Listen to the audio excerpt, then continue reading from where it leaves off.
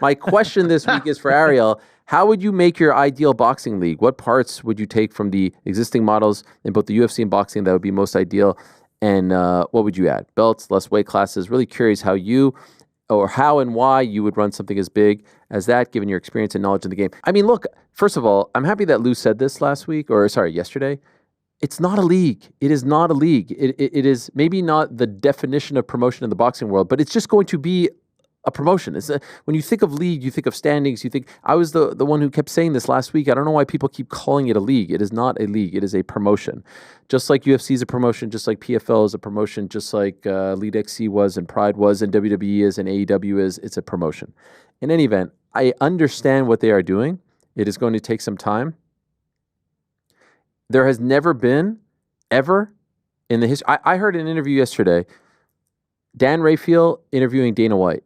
And Dana White's sitting there and saying to Dan Rafael, who has covered boxing for like 30 years, if not more, saying to him like, he keeps saying this thing about how boxing has been around since the 1600s and they've literally made trillions of dollars and there's nothing to show for it. No one has actually built a business in boxing. No one has even thought of building a business. And I'm like, what are you talking about?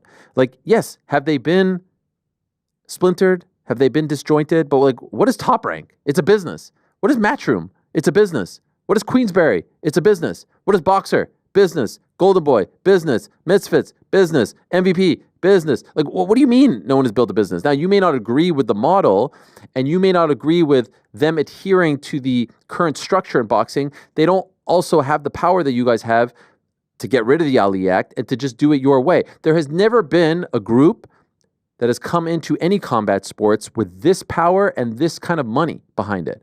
They have endless, limitless funds.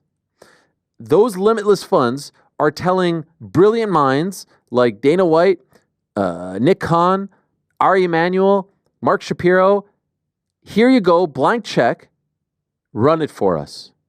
We want in. We want you to do the deals with Netflix and ESPN. Run it for us. There has never been a situation like this. If they don't succeed, it will be because something happened internally. Clash of egos, difference of opinion, difference of vision. They are set up to succeed off the jump. Netflix, ESPN, right there for the taking. Big names that Turki has relationships with now. He's signing Canelo. He's signing Terrence Crawford. These guys who are Riyadh season ambassadors, Naoya Inoue, like he could scoop all these guys. He's tweeting about Abdullah Mason. You think he's doing that just because he's into Abdullah Mason or is watching some highlights on YouTube? No. The Abdullah Masons and the Keyshawn Davises and all the youngsters that were on that list, the Moses Itamas, what do you think is going to happen when they're free? Now, as Eddie Hearn said, was it Eddie? No, actually it was Dana. Dana said he's got like 18 months worth of commitments, deals that he's done with other people, WBC Grand Prix here, maybe a Queensberry there. But once that's free and clear, these guys are set up to succeed. And so they're going to go in and they're going to try to gobble up all the youngsters, guys like Thomas Carty, 10-0, 11-0, who have, a ceiling, a King Callum Walsh if they believe in those guys.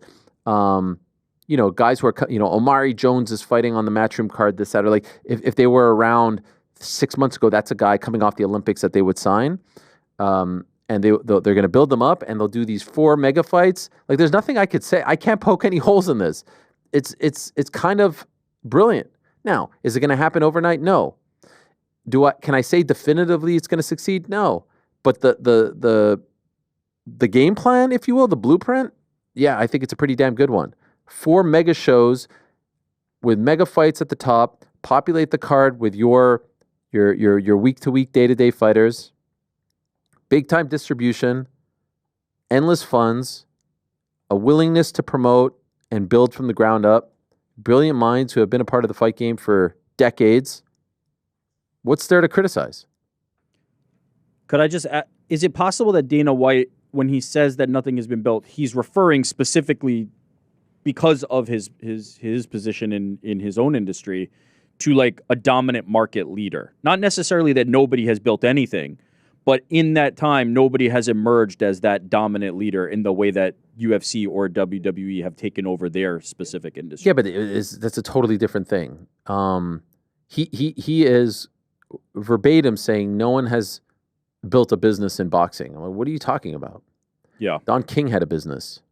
And by the way, there may have been, I don't know Was enough it flawed? boxing Sure, but there was still a history. business. There might have been a point where maybe Top Rank or another promotion had been quite dominant in their share of the industry, but to me, that's what I feel like he's angling at, is like there was opportunity for somebody to come in and do what he's essentially hoping that they'll be able to do, and nobody was able to. And I would argue, like, there's a reason for that, right? The boxing industry was meant for it not to be controlled in that way. Maybe they can change that. Maybe that's what they're going to ultimately be able to do. Well, that remains to be seen. But I think that's where he's pointing, is like, nobody took this. This land was out here and nobody took it. It's all kind of shared. PBC tried.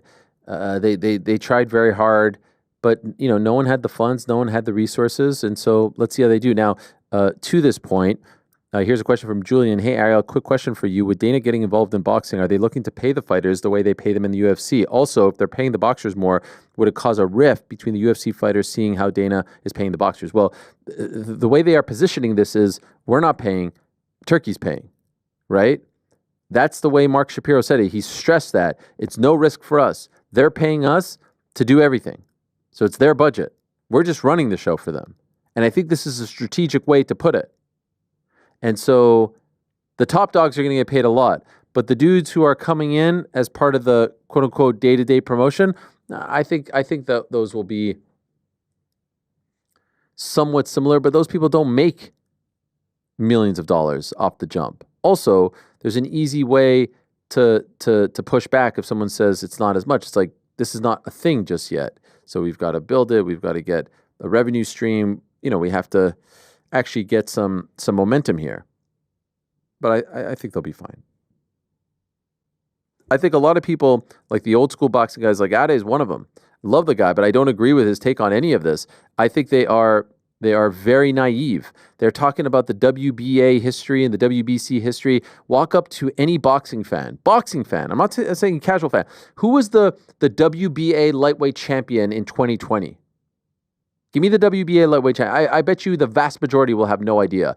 Ask me who the UFC lightweight champion was in 2020. Yeah, it was Khabib. It's just like the formula is there. It's way too splintered, too many belts, too many weight classes. What the UFC was able to do made all the sense. Now, the question is, are they going to be successful?